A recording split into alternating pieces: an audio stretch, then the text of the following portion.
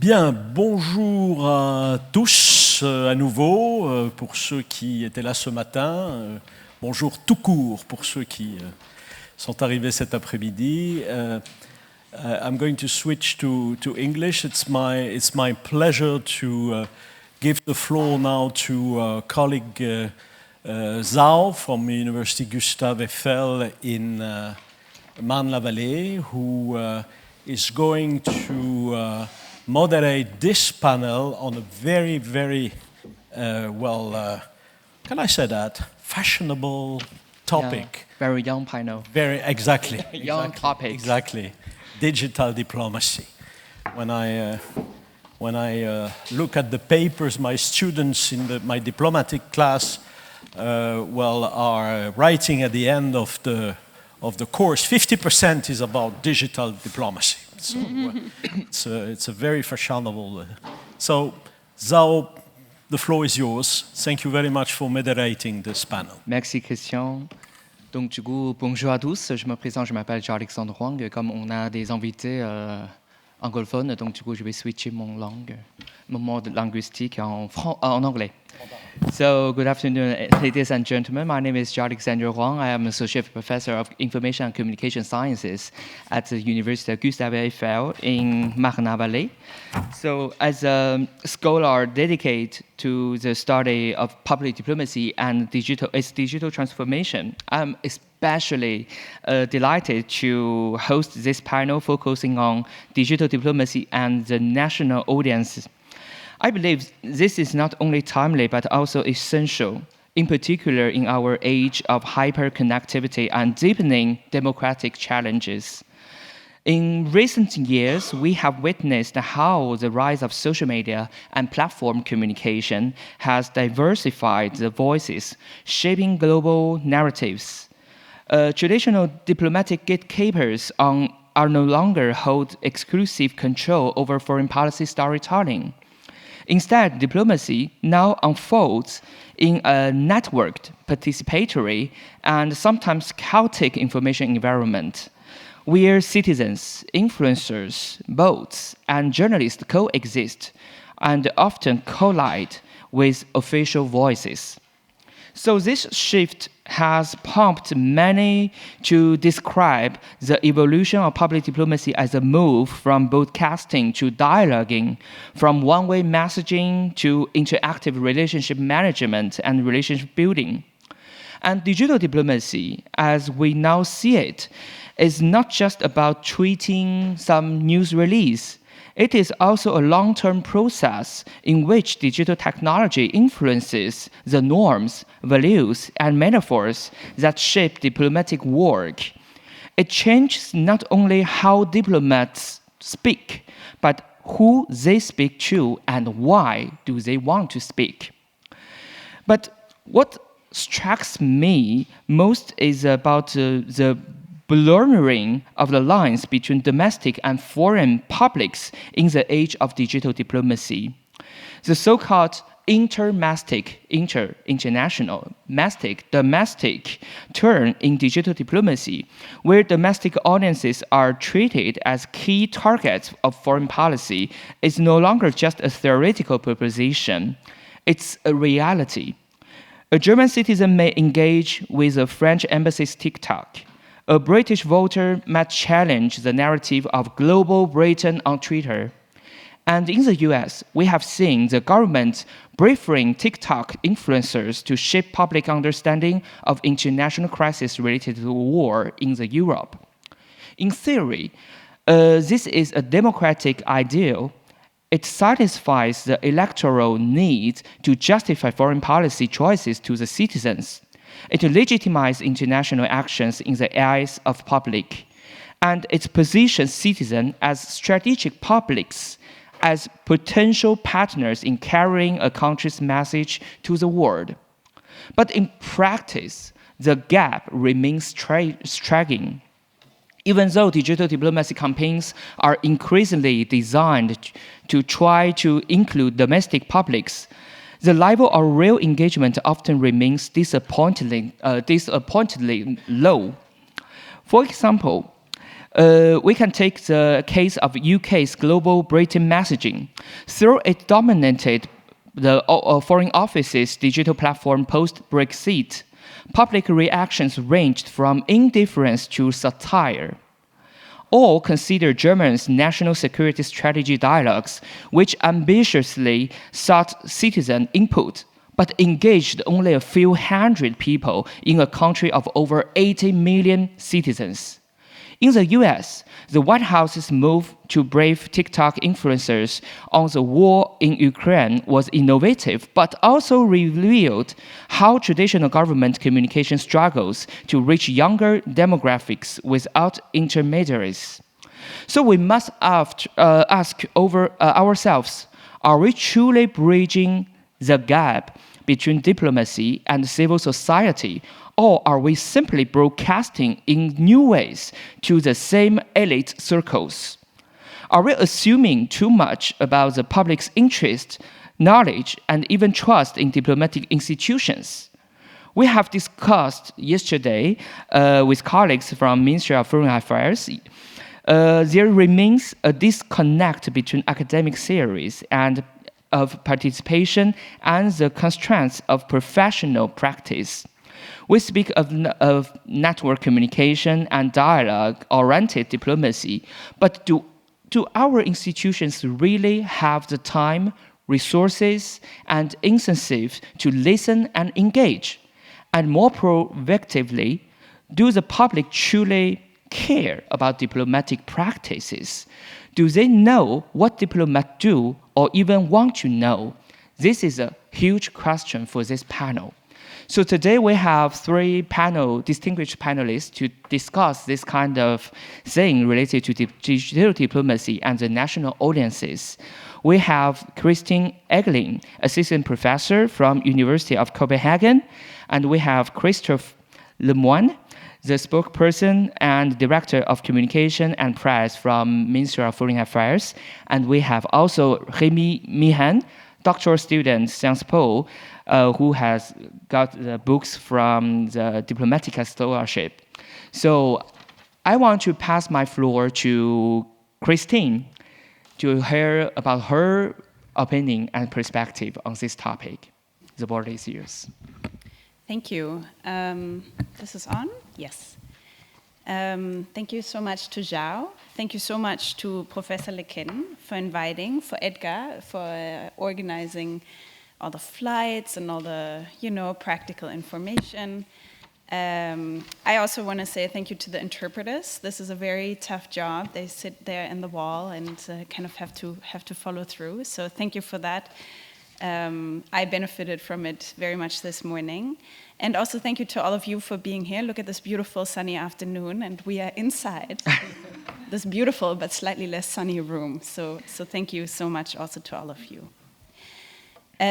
So I am an ethnographer of diplomacy, I would say. And in the last couple of years, this has almost by default also has meant to become an ethnographer or a person paying attention to and looking at digital diplomacy, simply for the fact that digital technologies, less like we look up into this room and see a lot of you on your phones or behind your computers, because these kinds of technologies have entered basically all different kinds of professional settings, and in that same sense as it has entered the academic setting, also has entered the diplomatic setting. So I've been spending some years on trying to understand what does it actually mean when we have phones and computers and these kinds of technologies in diplomatic meeting rooms.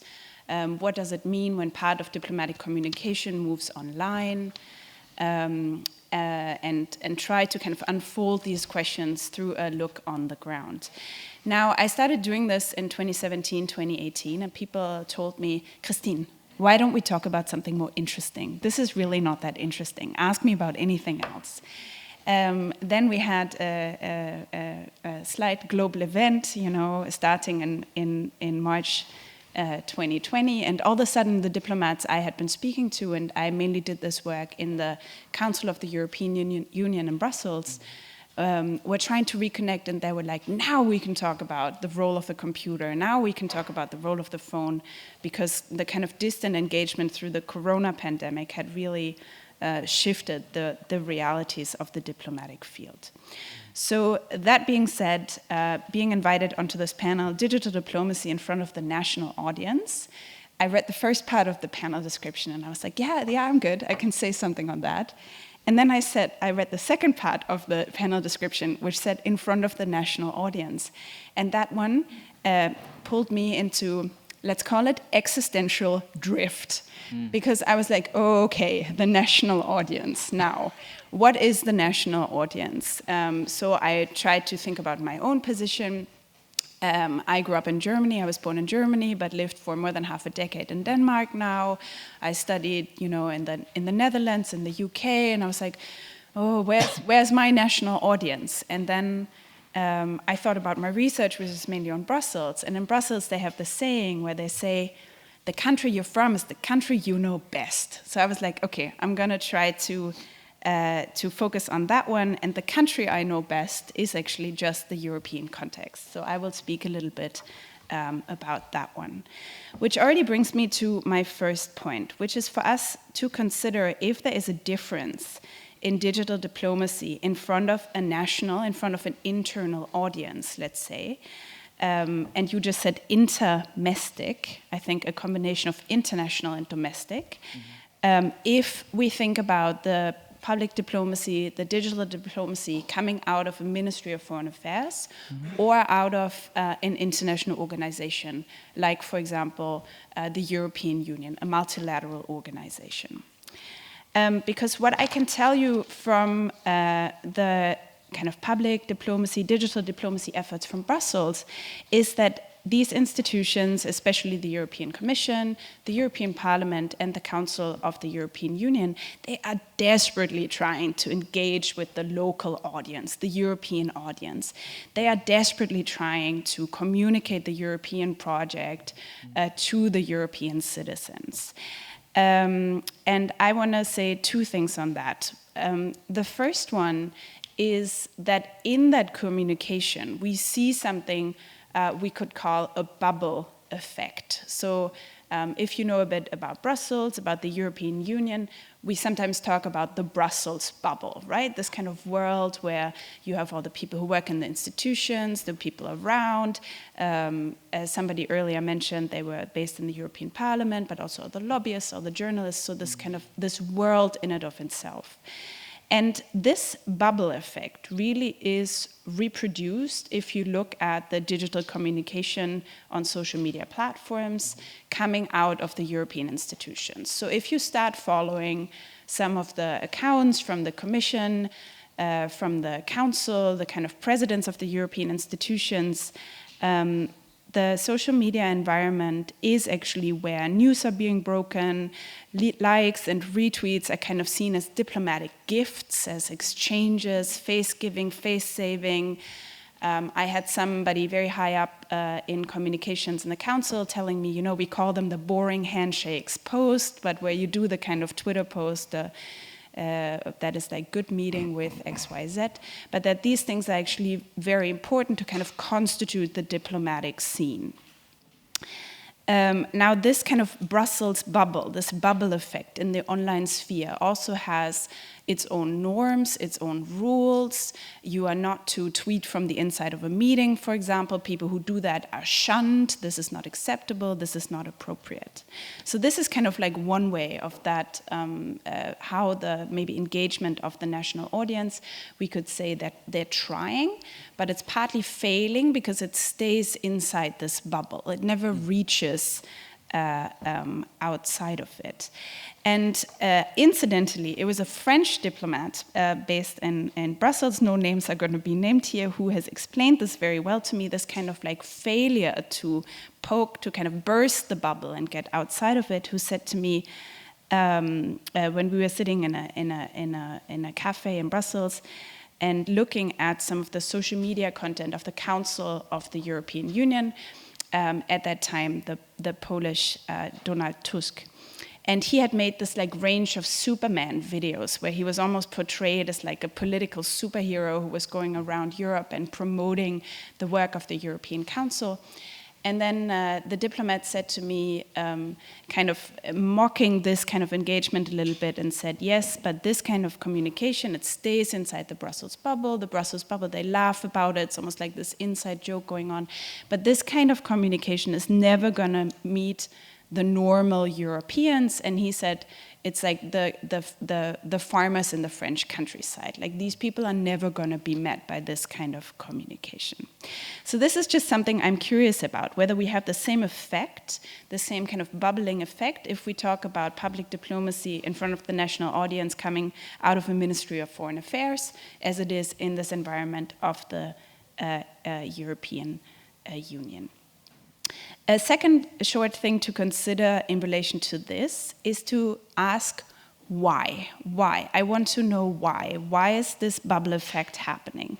And in the case of the EU, I would say, and Zhao just said, do we expect the national audience to have too much knowledge of the diplomatic system? Because in the case of the EU, I would say that it starts with that very few people, unless you're like an EU nerd, a political nerd, you do not know what the Council of the European Union actually is, what it is that they do, and very much likely you don't know who the person is who leads that institution. So you're not going to open your Instagram or your Twitter and you're going to look for, I'm going to follow this person now, right? Because the gap is much too big. Maybe some of you can prove us wrong, and you all follow the council president on social media.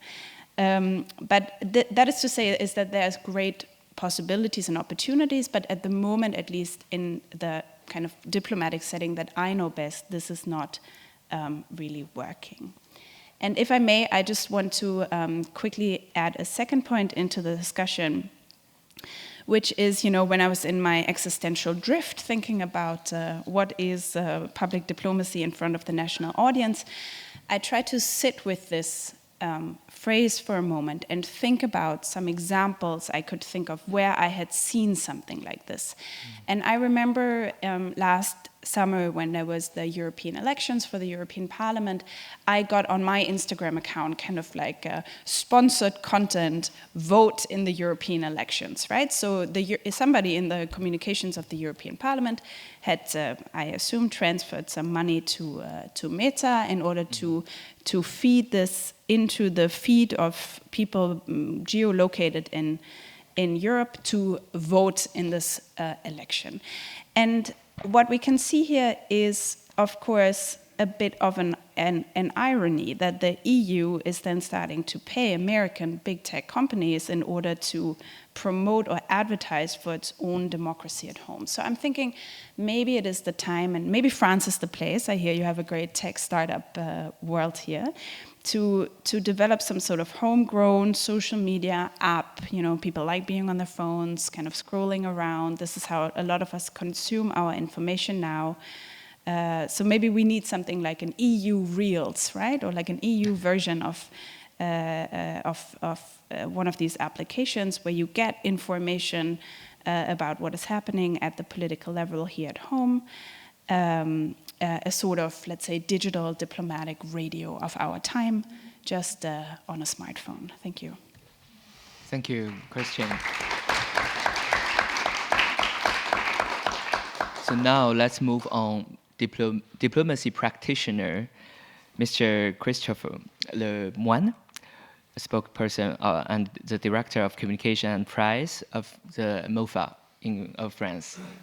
The board is yours. Thank you very much, and thank you very much for having me today on this very, very important question, and thank you very much for Professeur Lequesne for organizing together with Didier Lebrun this whole day conference. So, contrary to my other distinguished co-speaker, I will address you in French, but as Elizabeth Taylor said to one of her former husbands, do not worry, it's not going to be long. Donc, moi, j'ai la responsabilité assez lourde de répondre à la question de savoir pourquoi est-ce qu'il faut avoir une communication. s'adressant spécifiquement à la scène nationale, et je vais un peu vous parler plutôt de la face sombre du sujet. Parce que, comme on le sait, et je pense que je n'apprends rien à personne, l'espace numérique abolit les frontières. L'espace numérique accélère l'émergence d'une forme de société-monde, et je rejoins complètement ce qui a été dit sur l'audience. Alors, je ne sais pas si je dois traduire ça par intermestique, c'est pas très beau en français, mais c'était ça l'idée. Tout ça régi par des algorithmes des grandes plateformes.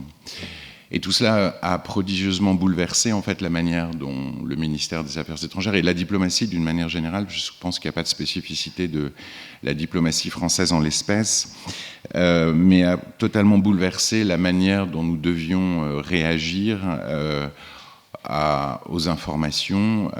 Vous avez tous lu Belle Amie de Maupassant, c'était la belle époque des dépêches. Nous n'en sommes plus là, vraiment plus du tout. Et pour vous donner quelques exemples peut-être un peu plus parlants, la désinformation notamment s'observe de manière croissante aujourd'hui. Elle s'est notamment, pour reprendre un exemple, observée durant l'hommage national rendu au professeur Samuel Paty, ce qui a été quand même un électrochoc pour tout le monde. Professeur qui est devenu le symbole un peu national de la liberté d'expression.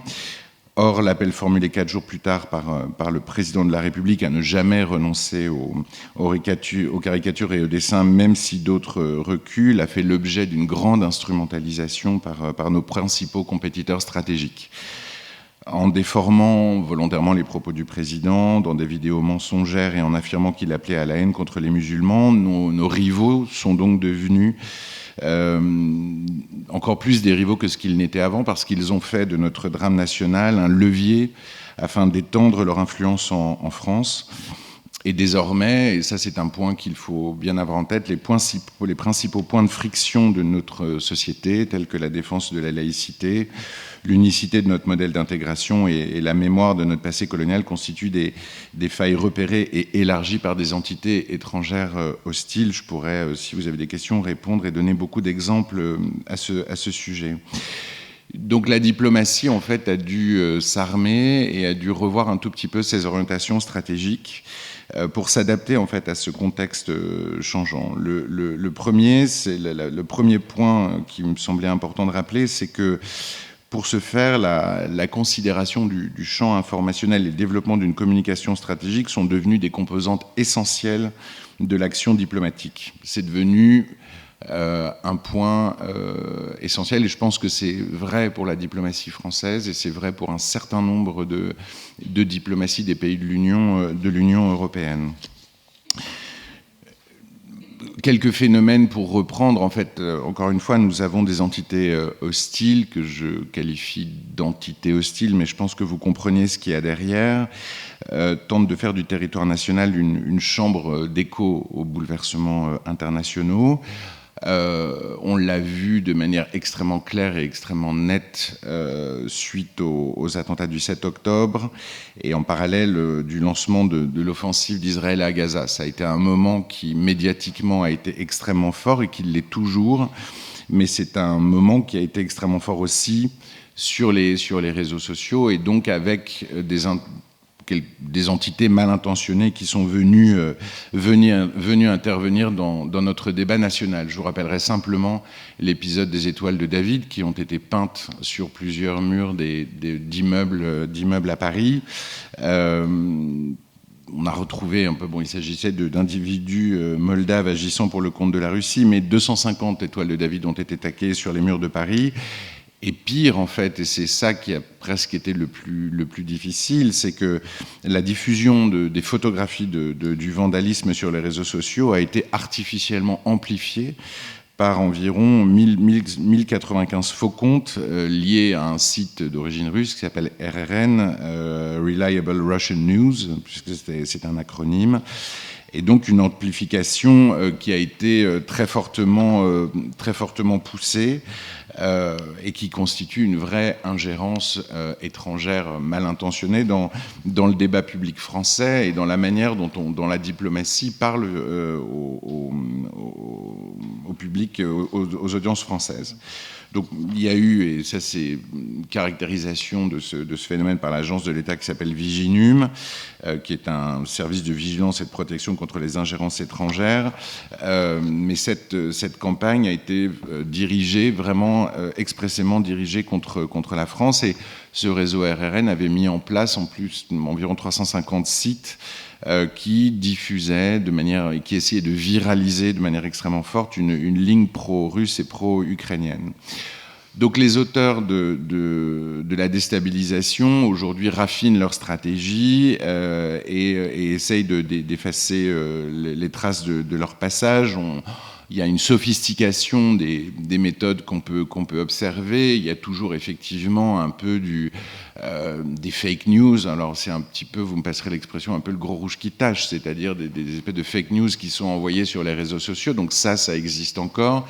C'est les bonnes vieilles méthodes, mais sauf qu'à côté de ça, maintenant, il y a des méthodes qui sont beaucoup plus complexes et peut-être parfois plus difficiles à détecter. Encore des exemples, mais les créateurs de contenu et les influenceurs constituent maintenant une cible de choix de la part des commanditaires étrangers.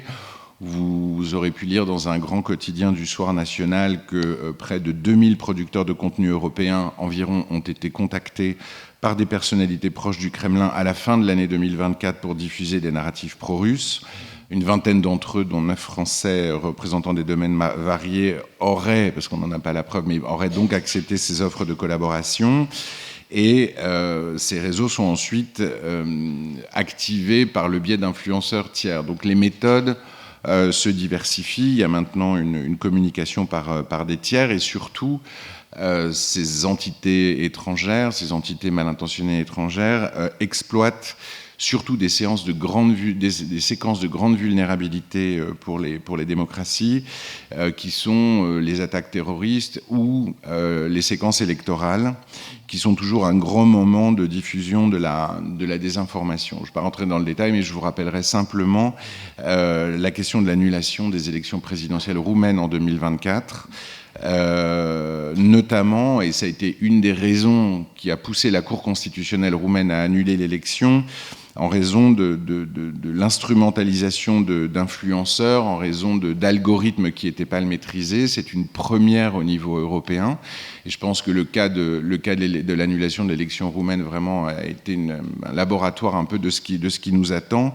Parce qu'effectivement, ce genre d'opération préfigure complètement le danger qui nous attend. Donc, encore une fois, l'ensemble de ces attaques dont nous sommes victimes de la part d'entités étrangères de différentes origines et animées les unes et les autres de motivations différentes, ont pour plusieurs objets, mais l'objet principal, c'est quand même de semer le trouble dans le débat public, c'est de biaiser le débat public, c'est d'un peu épuiser les démocraties sur des débats qui vont les détourner peut-être des vrais débats, et elles le font en s'appuyant ou en prenant pied sur des failles sociétales structurelles pour pouvoir rendre audibles peut-être des alternatives politiques plus radicales, mais en tout cas empêcher le dialogue démocratique.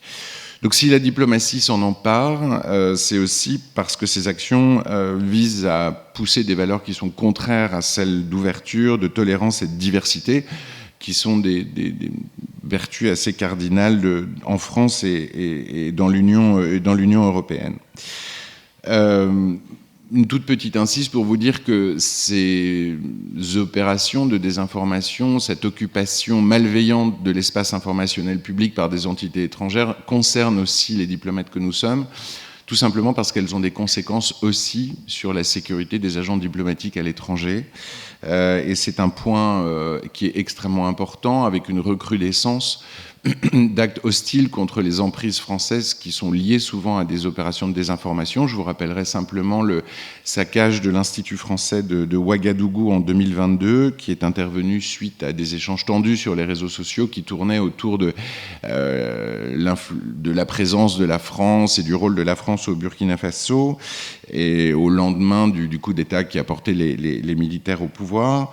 Mais ça a été un acte extrêmement fort, où dernièrement encore, l'assaut qui a été lancé contre l'ambassade de France à Kinshasa suite à des débats sur les réseaux sociaux sur une prétendue connivence de la France avec le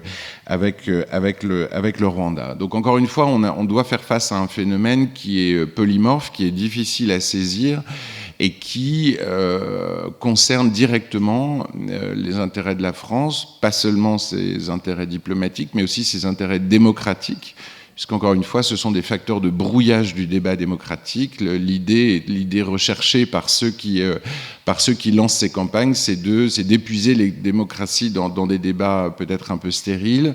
Et puis surtout, et c'est surtout la deuxième raison d'être, et je pense que le cas russe est un cas extrêmement parlant, c'est aussi une manière pour eux de ne pas lancer un débat sur ce qui se passe chez eux.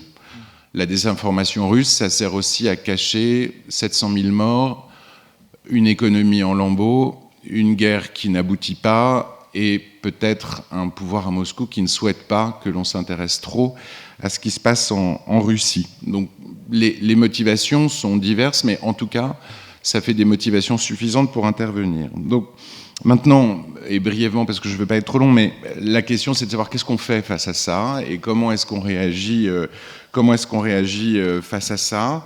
Il y a plusieurs pistes qui ont été ouvertes avec des actions qui reposent sur différents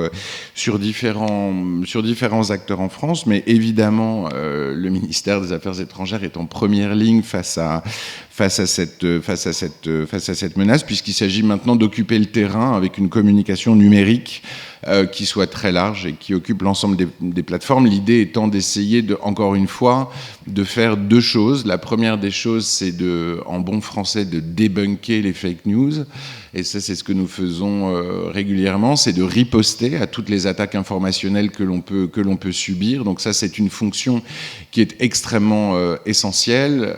L'idée derrière tout ça, c'est de ne pas laisser le champ à ces narratifs de se développer, parce qu'au fond, on pourrait tout à fait se dire que, compte tenu des méthodes qui sont employées par nos compétiteurs, qui sont des méthodes extrêmement industrielles, enfin je pense notamment à la Russie, il y a des usines à trolls, ils utilisent des techniques perfectionnées de viralisation des contenus sur Internet. Maintenant, ils utilisent de l'intelligence artificielle. On pourrait se dire, évidemment, mais nous, on va vider l'océan avec la petite cuillère, puisque bien évidemment, comme nous ne sommes pas la Russie et comme nous avons des valeurs et des principes différents, il y a une grande dissymétrie, c'est-à-dire qu'on s'interdit d'utiliser les moyens utilisés par les Russes. Et ça, c'est la première des dissymétries, qui est un point extrêmement important, avec une deuxième dissymétrie, parce que parfois on nous pose la question en nous disant, mais puisque les Russes viennent mettre le bazar dans le débat public français pendant les élections, pourquoi est-ce que vous n'essayeriez pas d'aller mettre le bazar dans le débat public russe à l'occasion de leurs élections ?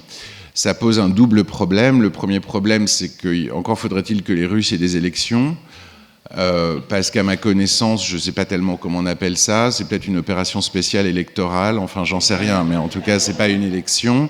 Et deuxièmement, encore faudrait-il que l'espace informationnel russe soit ouvert, ce qui n'est pas non plus complètement le cas. Donc on a cette activité de riposte, et cette activité de riposte, on ne la fait pas complètement seule, puisque nous la faisons avec nos partenaires européens notamment. Il y a toute une réflexion et une structuration de la réflexion au niveau européen, au sein du service européen d'action extérieure, puisque bien évidemment c'est un phénomène qui touche l'ensemble des pays de l'Union européenne. Et surtout, on se défend dans le domaine multilatéral. Le domaine multilatéral risque d'évoluer un peu, parce que je vais vous parler d'instances de coordination au sein du G7, mais bien évidemment dans le G7 il y a les États-Unis, et leur position est sensiblement en train de bouger sur le sujet. Donc on verra comment cela tourne, mais voilà. Donc il y a un volet riposte, et puis un deuxième volet qui est la deuxième partie en fait, c'est ce qui tient à tout ce qu'on appelle la communication d'influence, à savoir porter les messages de la France, mais pas les porter comme on le faisait avant, avec des déclarations très officielles ou des choses sur des sites internet, etc., en développant des méthodes de communication par des tiers, en développant des méthodes de communication qui permettent d'atteindre plus de public de manière plus efficace et donc d'avoir plus d'impact. Et cette communication, juste pour terminer sans vouloir être très long, elle s'est surtout développée parce qu'on s'est rendu compte que avec le développement du numérique, d'une manière générale, cela s'accompagne par une certaine forme de démonétisation de la parole publique, et que parfois maintenant, pour passer des messages, faire des messages officiels sur les sites internet avec une Marianne, ça ne suffit pas, voire c'est contre-productif dans certaines zones, en Afrique par exemple.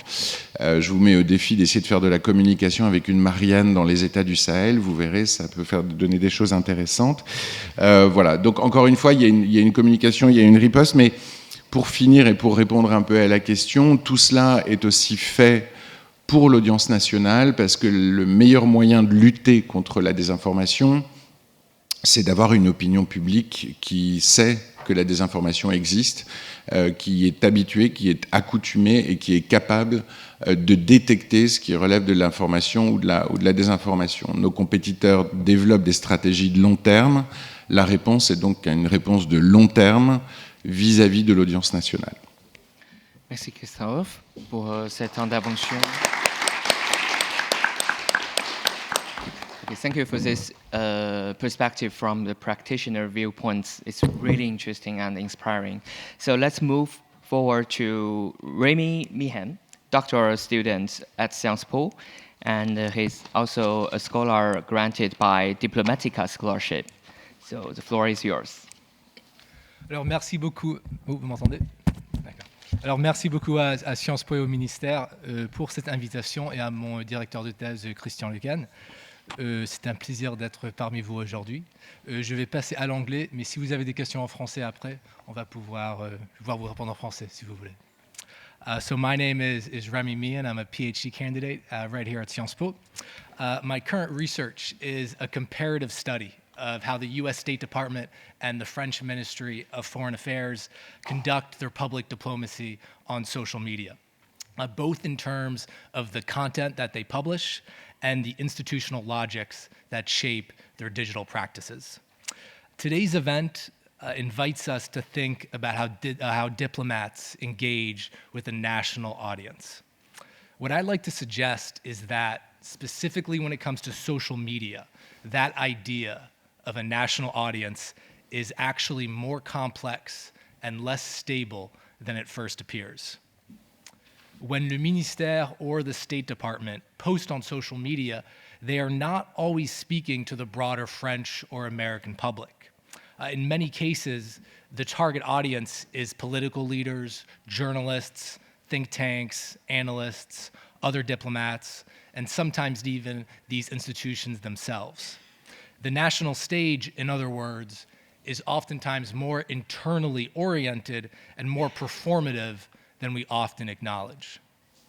So in the time I have today, I'd like to walk you through two dynamics that will help clarify how these institutions imagine their national audience, who that audience actually is, and how that imagined audience shapes what they say online. I'll focus here a little bit more on US examples because I think that contrast helps illustrate how it differs from the French approach. The first dynamic I'd like to explore is the politicalization of public diplomacy on social media.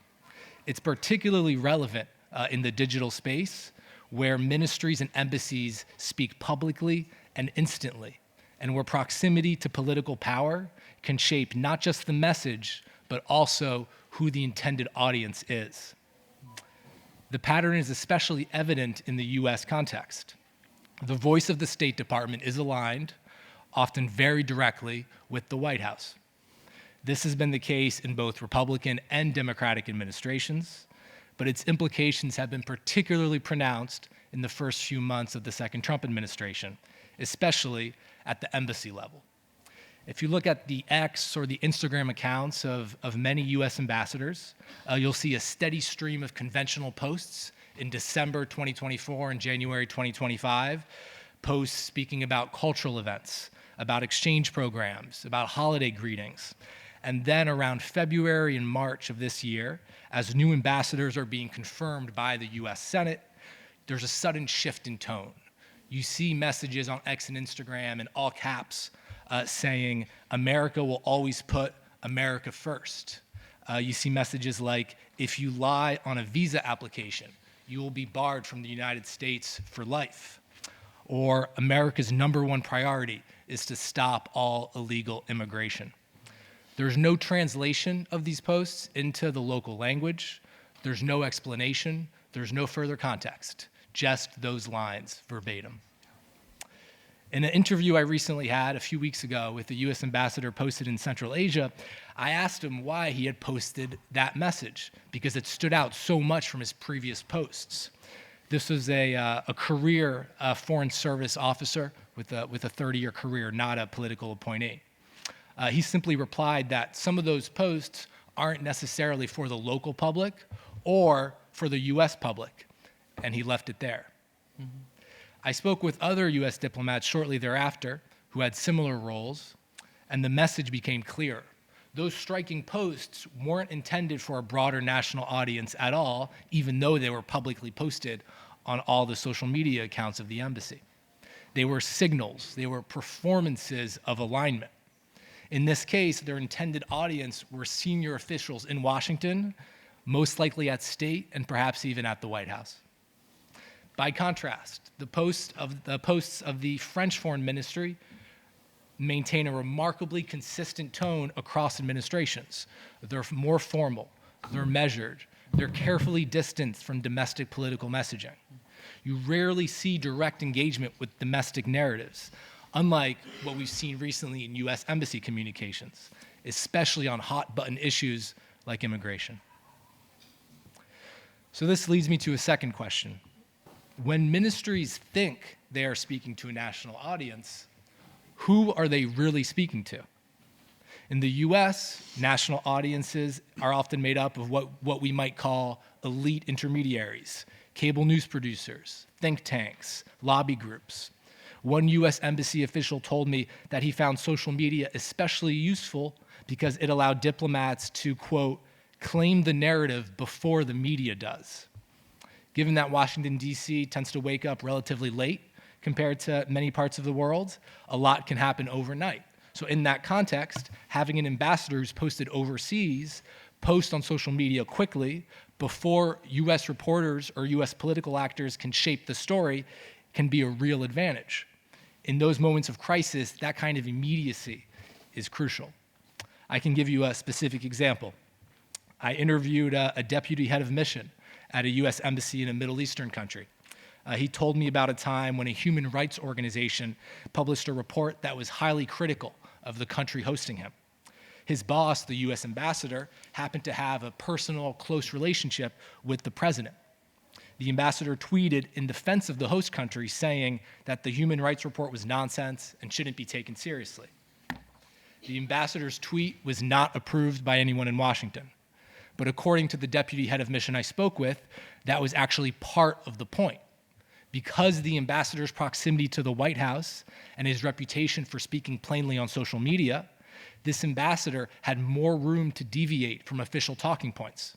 And that deviation was not seen as a liability. In fact, it was seen as an asset. His posts were perceived as authentic by audiences in the host country. That enhanced his credibility locally. And strategically, he gave the White House political room to maneuver.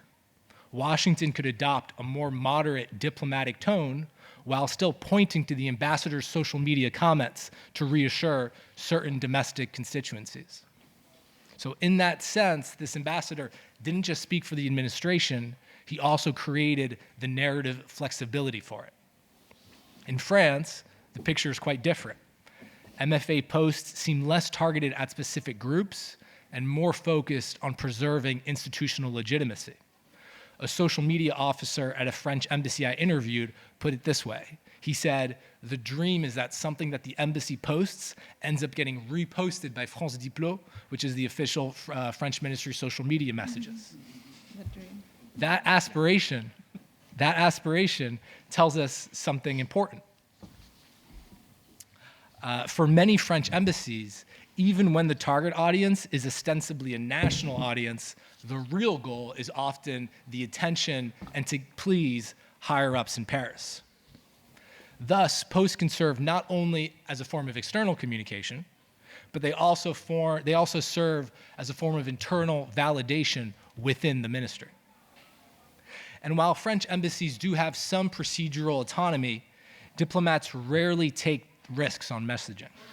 One junior diplomat told me that posting anything political without many prior approvals simply isn't done.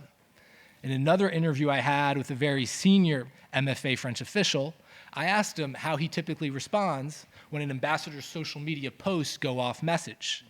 He simply replied, "I ensure that they don't." This brings us to a broader structural point. One of the key differences between the US and the French systems comes down to ambassadorial culture. In the US, ambassadors are often political appointees nominated by the president and confirmed by the US Senate.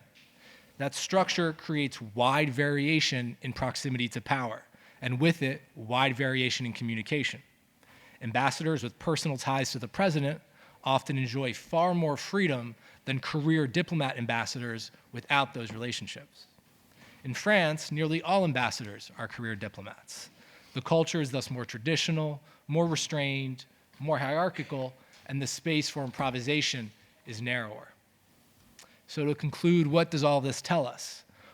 Well, first, that diplomacy on social media is not just a matter of tools or platforms, it reflects deeper institutional visions, not only of who the national audience is, but of what the state is and how the state should speak.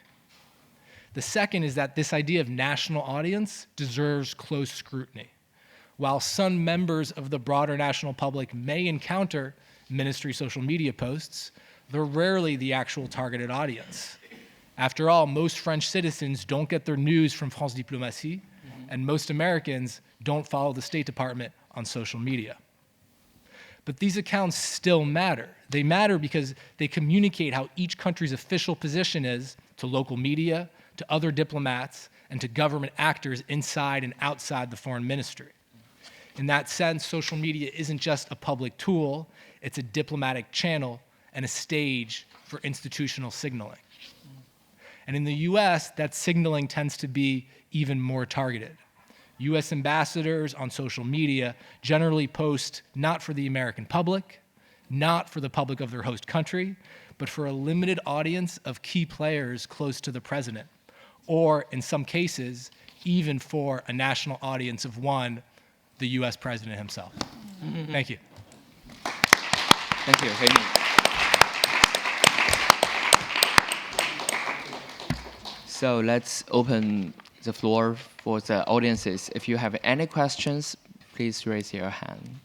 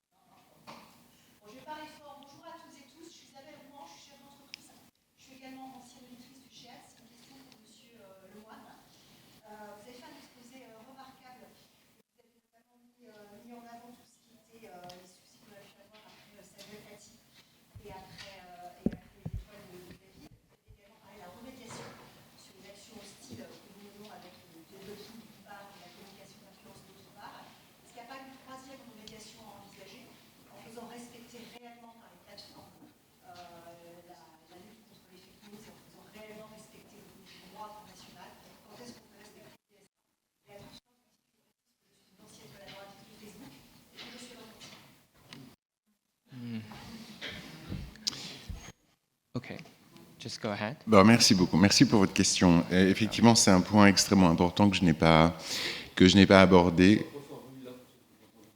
Alors non, la question était de savoir s'il n'y avait pas, en termes d'action diplomatique, une troisième action à avoir, qui était une action vis-à-vis des plateformes, en fait, et de savoir comment est-ce qu'on contraignait les plateformes à respecter leurs obligations. C'est une question, en fait, c'est vraiment une très bonne question, parce qu'en fait, c'est un chantier qui est en cours. Vous savez que les plateformes sont réglementées depuis 2021 au niveau européen par ce qu'on appelle le DSA, le Digital Service Act, qui est un règlement européen qui encadre l'action des plateformes. Le DSA fixe des règles, fixe des obligations aux plateformes. Et ces obligations, elles sont très claires lorsqu'il s'agit de publications qui correspondent à des actions délictueuses, un appel au terrorisme, des images de pédopornographie. Tout cela, c'est extrêmement facile de dire aux plateformes que le contenu doit être retiré. C'est une obligation au terme du DSA. Lorsqu'on parle de manipulation de l'information, de désinformation, c'est beaucoup plus compliqué parce que nous sommes dans une zone un peu grise. C'est souvent des choses qui ne tombent pas directement sous le coup de la loi, en tout cas pas de la loi pénale. Et donc ça nous oblige, nous, effectivement, à ouvrir une discussion avec les plateformes. Et cette discussion, nous l'avons, nous, au niveau du ministère des Affaires étrangères, et nous avons... voilà. Alors, d'une plateforme à l'autre, la discussion est plus ou moins facile, mais très honnêtement, le levier au titre du DSA n'est pas toujours utile, puisqu'encore une fois, le DSA concerne des publications qui sont clairement, qui constituent clairement des actes délictueux.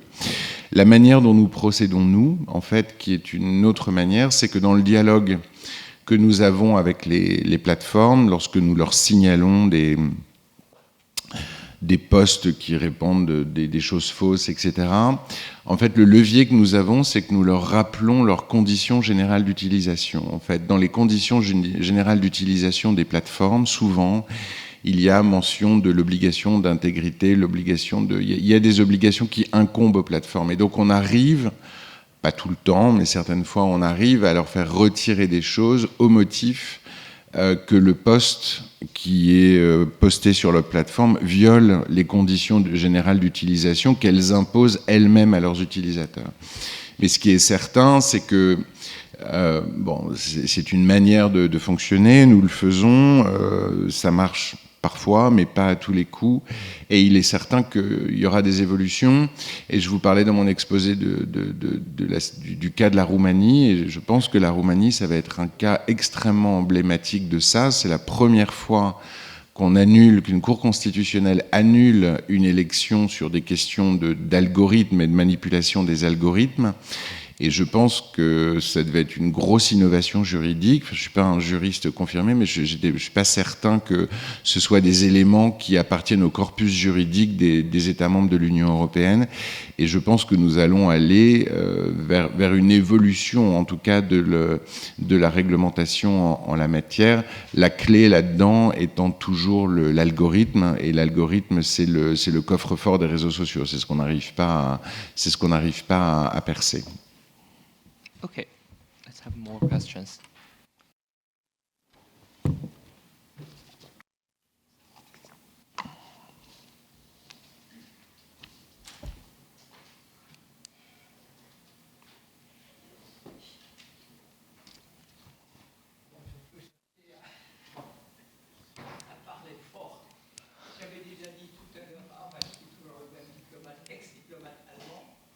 Et lorsque je m'occupais de l'Afrique il y a bien des années, on avait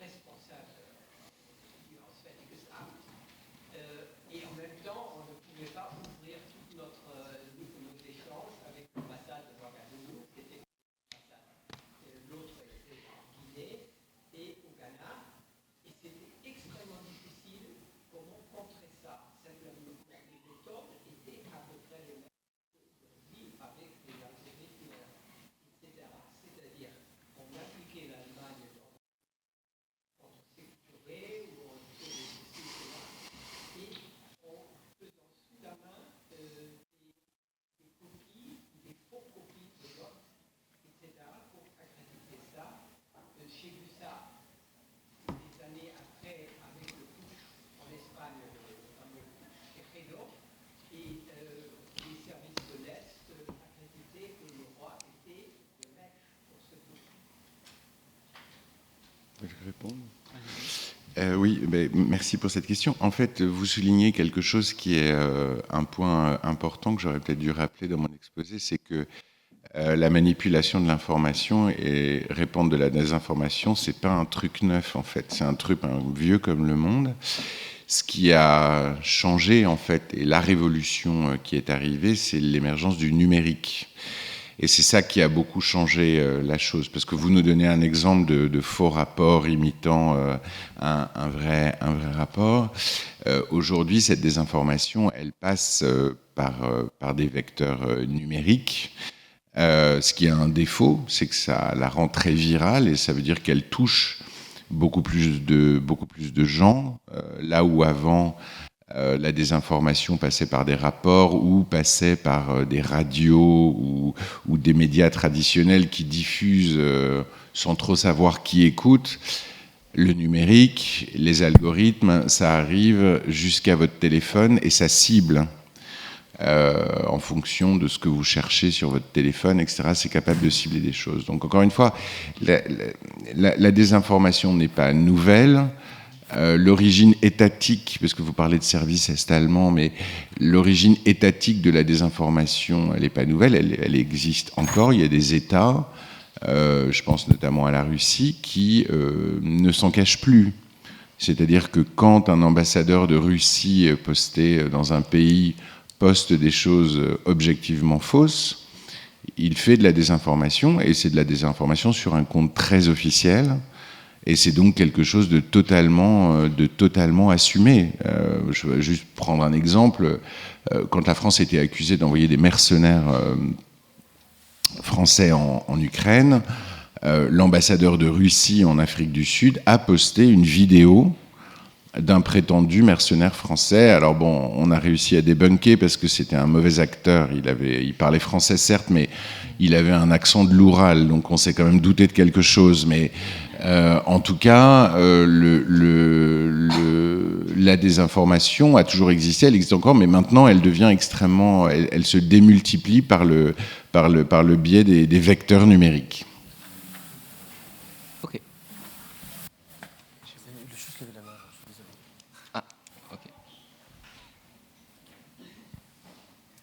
Thank you very much for the very insightful panel. I'm Leonardo D'Agostini. I'm working at the EUISS, the EU Institute for Security Studies here in Paris, specifically on disinformation. And speaking in a personal capacity, a question for Monsieur Lemoine. You spoke, of course, of Viginum and the Stratcom efforts being made in Brussels by the EAS with whom we work. You also used the expression occuper le terrain. So you clearly were speaking in favor of being more, let's say, proactive instead of reactive when it comes to countering Russian disinformation and messaging.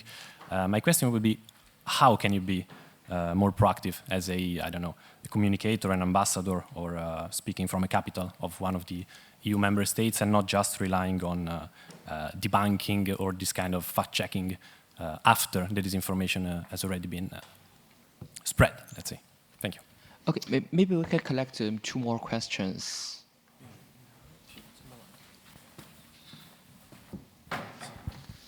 Thank you so much for your talk. I'd have an open... Sorry? Oh, go ahead. Oh, good. Go ahead. An open-ended question for the 3 of you, which essentially lies in, to what extent is the French MOFA advanced in modernizing its communications?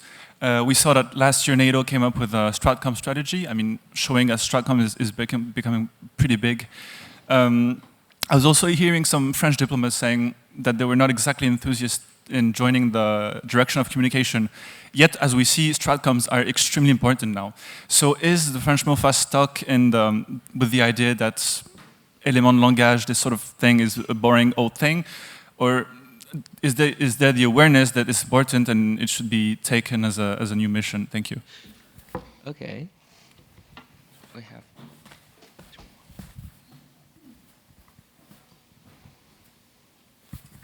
Yeah, Mansef Durissi Abti, je suis directeur de recherche à l'Université Gustave Eiffel en charge de la stratégie européenne et internationale. En fait, Je voudrais simplement partager une idée. J'ai l'impression que cette histoire, en fait, d'être perméable à des influences étrangères par réseaux sociaux, elle rejoint un peu la perméabilité actuelle vis-à-vis, par exemple, de ce que l'on ressent au sein vis-à-vis des États-Unis pour notre défense militaire. Je pense qu'à l'instar d'une défense militaire, en fait, il faudrait que l'on se donne les moyens, à l'échelle française, voire européenne, d'avoir une défense numérique avec des moyens appropriés pour contrecarrer ces attaques-là. Parce qu'en fait, en Russie, tous les moyens sont bons. Alors que nous, on se comporte de façon très vertueuse. Avec des moyens moindres, fatalement, en fait, on se fait submerger quelque peu. Et il y a ce point-là qui est très important. Deuxième point qui est important, ce fut un temps, il y a quelques années, on parlait d'un moteur de recherche européen qui malheureusement ne voit pas le jour. Alors du coup, comment on va faire pour se défendre numériquement face à des vagues, je dirais, successives, très malveillantes? Okay. Maybe the last one from Hannah.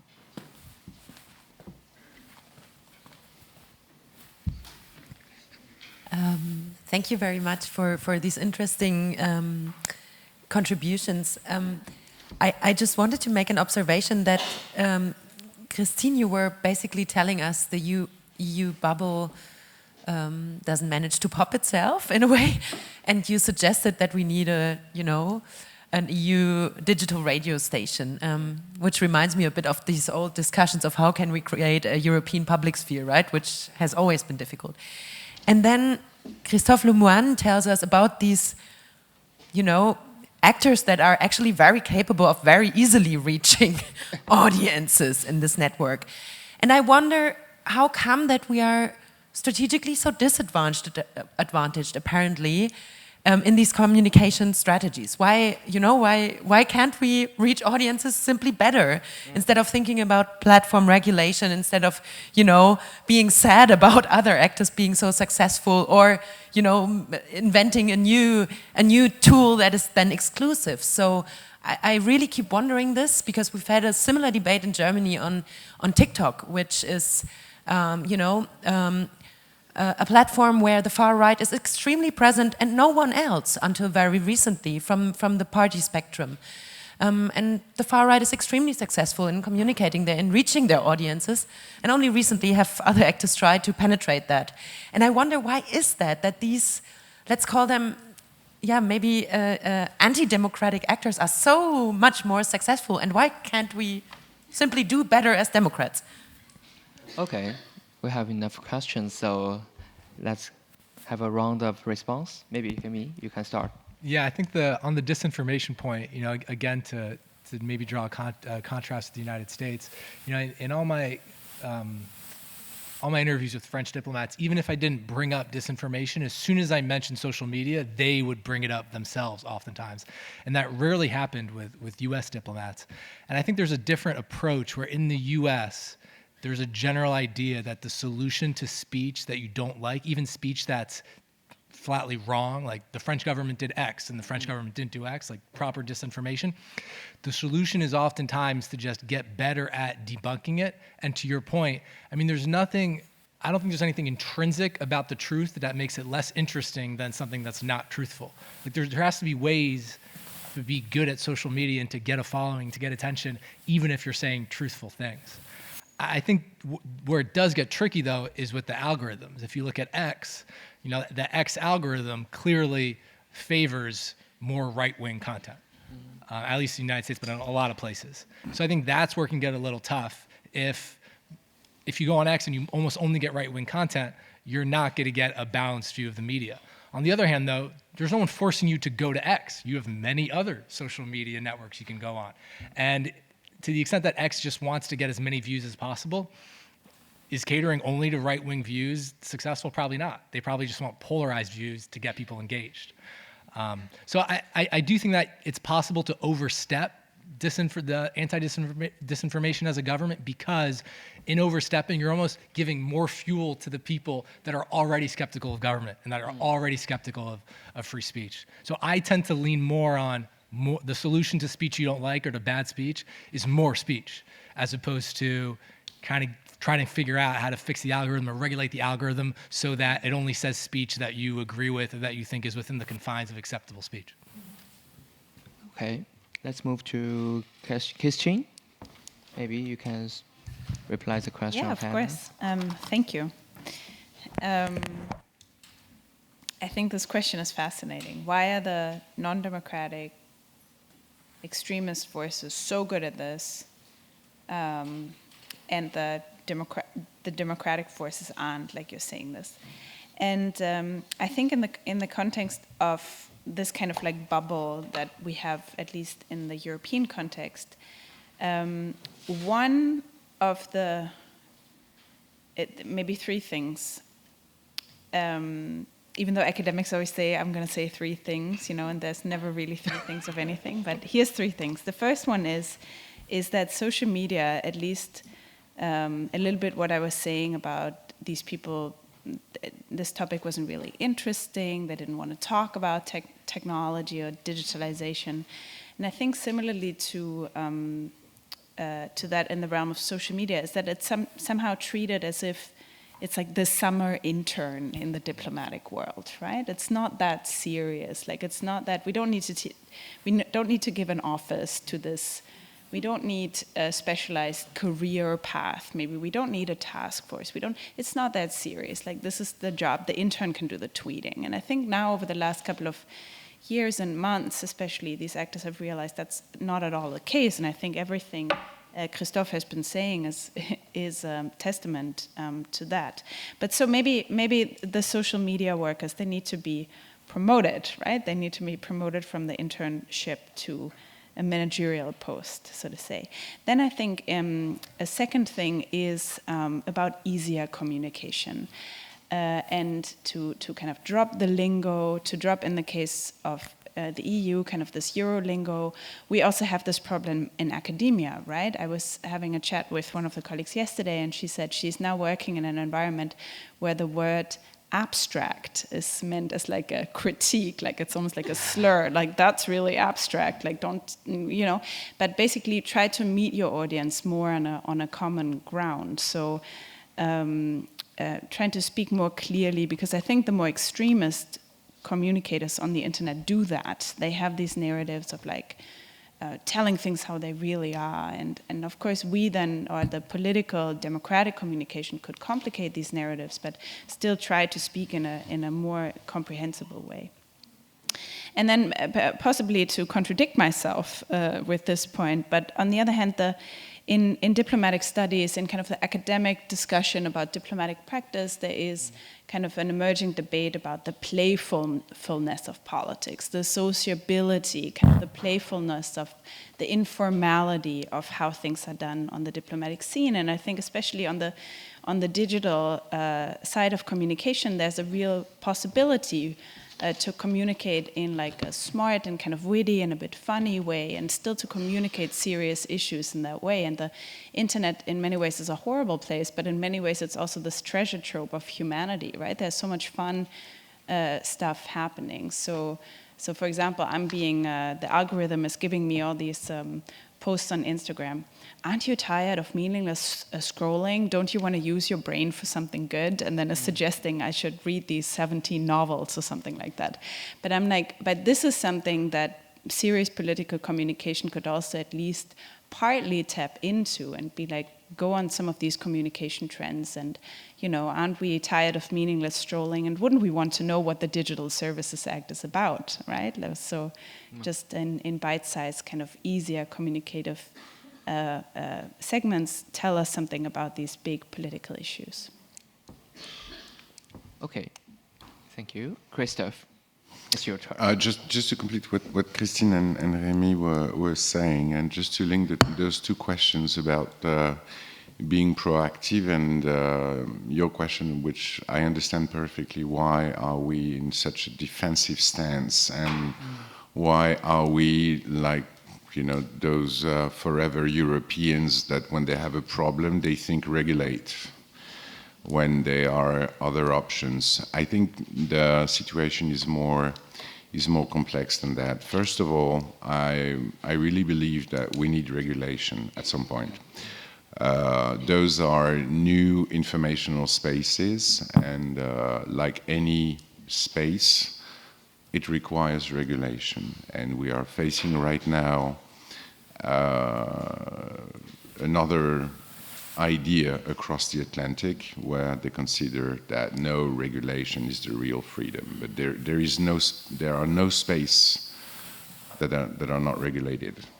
Trade is regulated, sea is regulated, sky is regulated, every space is regulated. So that's the first thing. But I do agree that it doesn't extinguish the debate, and we need maybe, and I completely understand your point, to re-enchant a bit the whole thing. And that links to the question on how are we proactive. What Kristin was saying is very true.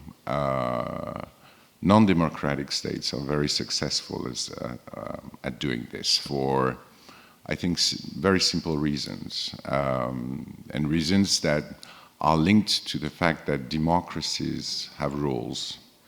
And the rules we have is to be an open society with freedom of speech, with open informational space.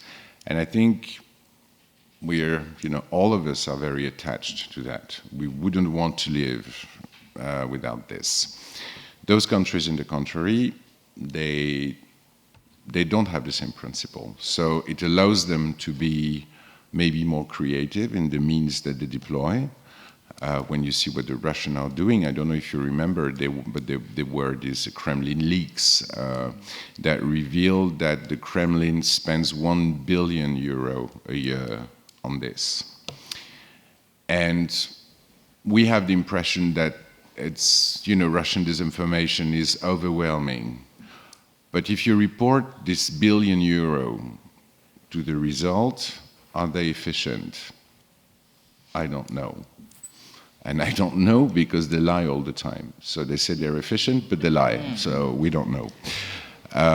So that's the first thing. And when I was telling you about the dissymmetry of the situation, that is something that is completely fundamental. But I think to continue your question, to re-enchant the public opinion, it's a question of being proactive, precisely. And being proactive, first of all, in terms of stance, in terms of acknowledging that we're the victim of this, but we can fight back. There are ways. And B, on the message, making sure that the message we want to send are heard. And I tend to think, and maybe we will go beyond this sole disinformation question, but it's linked to the question of soft power. What is the message that Europe wants to give to the world? And I think that despite all this disinformation that we face, despite the fact that we should be more proactive in terms of influence communication, I tend to think that in terms of soft power, the whole world knows what are the European values, who we are, what we do, and I think that works. So I would say that the whole thing is not that pessimistic, even though sometimes we're a bit overwhelmed, in the metro in the morning on social networks about all this disinformation or posts that are making me at least a bit nauseous. Okay, thank you. I think we still have some time, so if you have any other questions, please raise your hand. Yeah.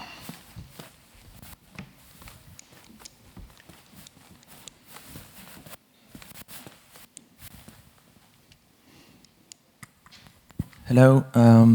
My question is addressed to Professor Eggeling, and I would like to touch upon the very interesting notion of bubble effect you've mentioned, because it resonates with my own experience as a parliamentary assistant to one French MEP. And what I've observed is that members of European Parliament, so they are not diplomats, so maybe we are out of scope, invested far more in social media than other actors from other institutions like the Commission. And based on my experience, I've noticed that they are aware, pretty much aware of this bubble effect, and they want to overcome this. Almost every MEP from the delegation I work have a communication advisor. So they are aware of that, and they are putting a lot of efforts to communicate on their activities. For example, what struck me was during the hearings of the commissioners, they insisted a lot on displaying, the fact that the commissioners were accountable to the parliament. They displayed the video of the hearings, the question, how they were challenged, etc. So my question is, can this bubble effect be overcome? Especially regarding the people of the parliament are democratically elected, because they are accountable to their constituency, so they have local audience. They are not technocratic actors, so they do not start from nowhere. Thank you. Yeah.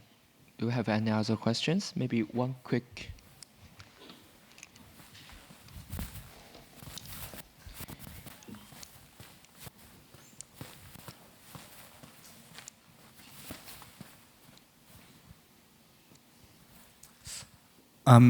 This is a follow-up question to what Mr.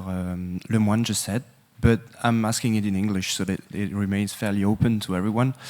I wanted to ask you if you had tools or metrics to measure the actual efficiency of your answers to disinformation campaigns or to influence campaigns that are carried out by hostile entities.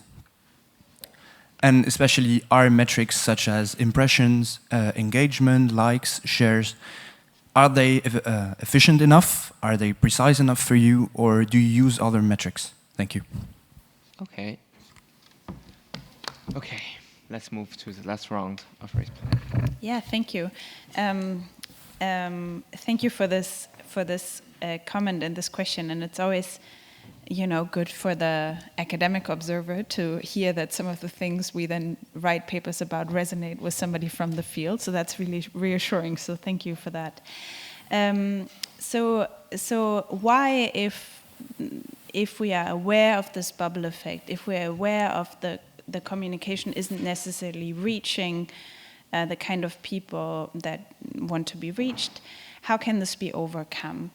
And I think, similar to what Christophe was saying, we need to, or the way to look at this, I think, is a long-term view, because the issue probably isn't so much a single post or a single social media strategy or something like within the platform, on the platform, something online that's going wrong. It's probably something much, much bigger than that. It's basic education about the institutions of the European Union in this case, about what these institutions do, how they work, how people get into them, what their role is, how they impact the lives of all of us, of all the people who live in the European member states.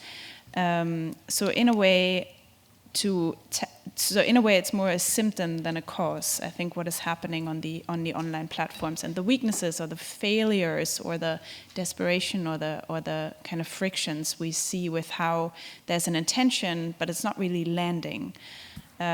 So I would probably say something like, if I was to advise a policymaker on this, I would probably say that the issue is much, much bigger. You first have to tell the European citizens who you are in schools, in universities, where we are right now, and spread this message also outside of the auditoriums and the classrooms. So I'm just going to give you a practical example. For example, on the test to become a Danish citizen, there's all these complicated nitty-gritty questions about Danish history. But one of the questions is, what is the Council of the European Union? And I did this test for fun with my Danish partner, and he had a perfect score of all the questions, and he failed that one. And I was like, this is the easy one. I could at least with much more confidence answer that question. But this just tells us something, that maybe there's a much more general in the case of the EU, problem with how that institution is communicating itself internally.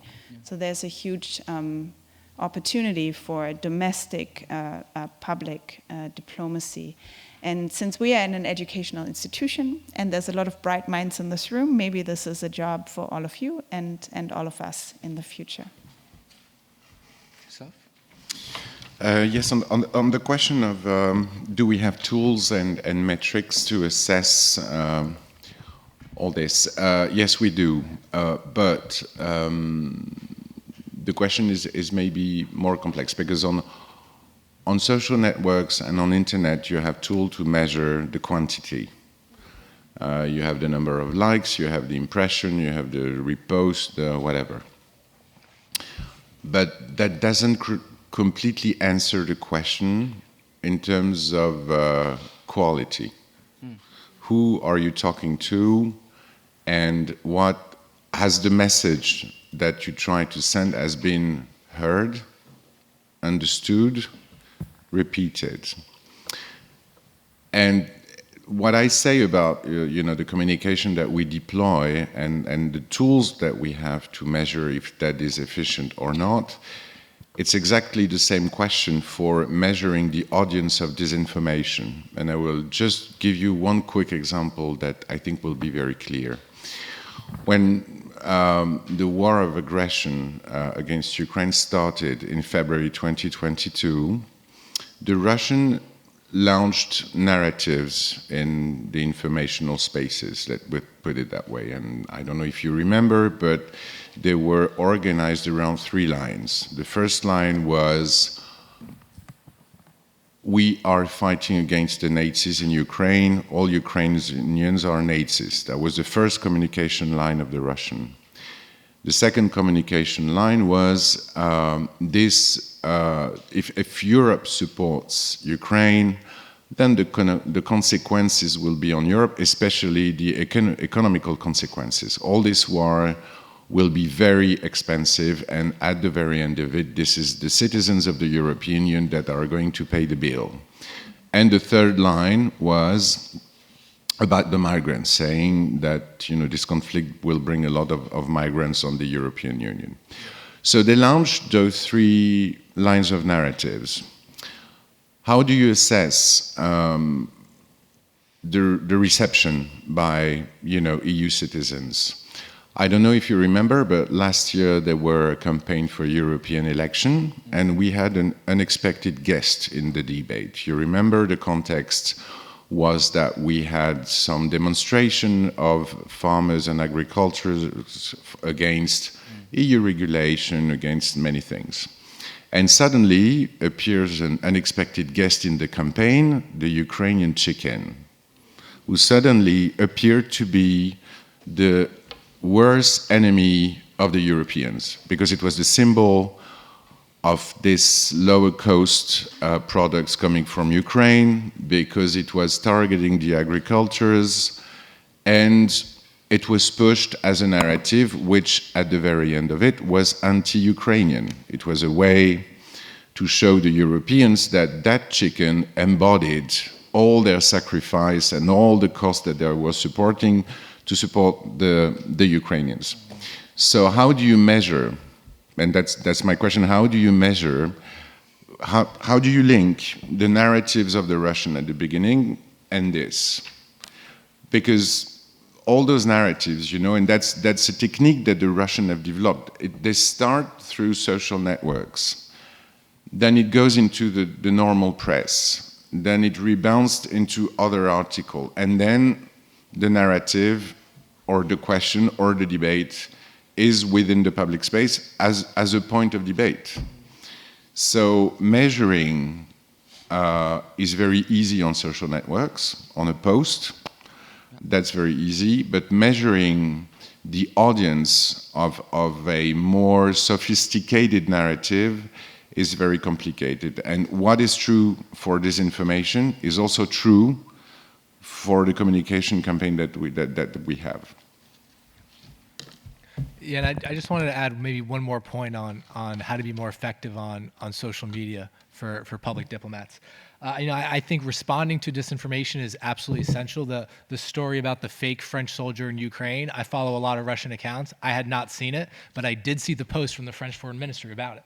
And I think those kinds of posts are helpful, because when something is so obviously wrong and you say that and you know that it's the Russian government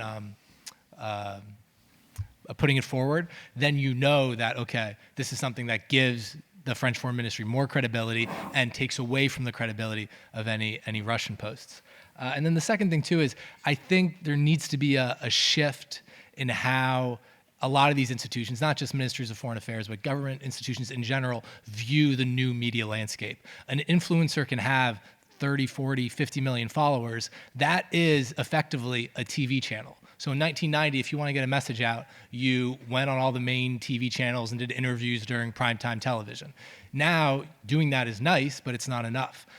Engaging with these influencers in whatever way makes sense for their channels, whether it's doing an interview, whether it's inviting them to the Quai d'Orsay. There's a lot of things you can do to create an image, a positive image of the French Foreign Ministry or the State Department or any government agency in a way that resonates with the new generation and how they get their information. But unless you see influencers as bona fide actual media channels, it's going to be tough for you to get traction with that large and growing demographic. Okay, thank you, Rémi. By the end of this panel, I just want to add one point about the remark of Hannah about why non-democratic countries are so efficient related to this kind of digital diplomacy, because the lack of transparency. Because I look at closely about China, how China do digital diplomacy in France, in European countries, to do this kind of hybrid wars or hybrid threats. As I mentioned this morning with our colleagues, a lot of young Chinese students become more and more nationalist. They can do a lot of what we call wolf warrior styles discourses in the classrooms in European countries. Why they can do that? This is a result of China's digital diplomacy vis-à-vis its diaspora through the national platform, what we call WeChat. Because of the internet blockage, the Chinese people do not have any choices. They need to use WeChat to communicate with their family member in China. In this case, the Chinese government used WeChat to do this kind of what they called narrative washing, something like that. So a lot of times for this kind of non-democratic countries, we don't know how many times they spend on this kind of influence, how much they paid for this campaign. But what we know is about they can wait for a long time. What we look at how China presents in Africa, it's about long-term influence in this kind of strategy. So I think in my closing speech, I mentioned one point is about diaspora. So I will invite you guys to join us for the last panel in... Super transition. Yeah, of course. I did my job. Thank you very much. Thank you very much.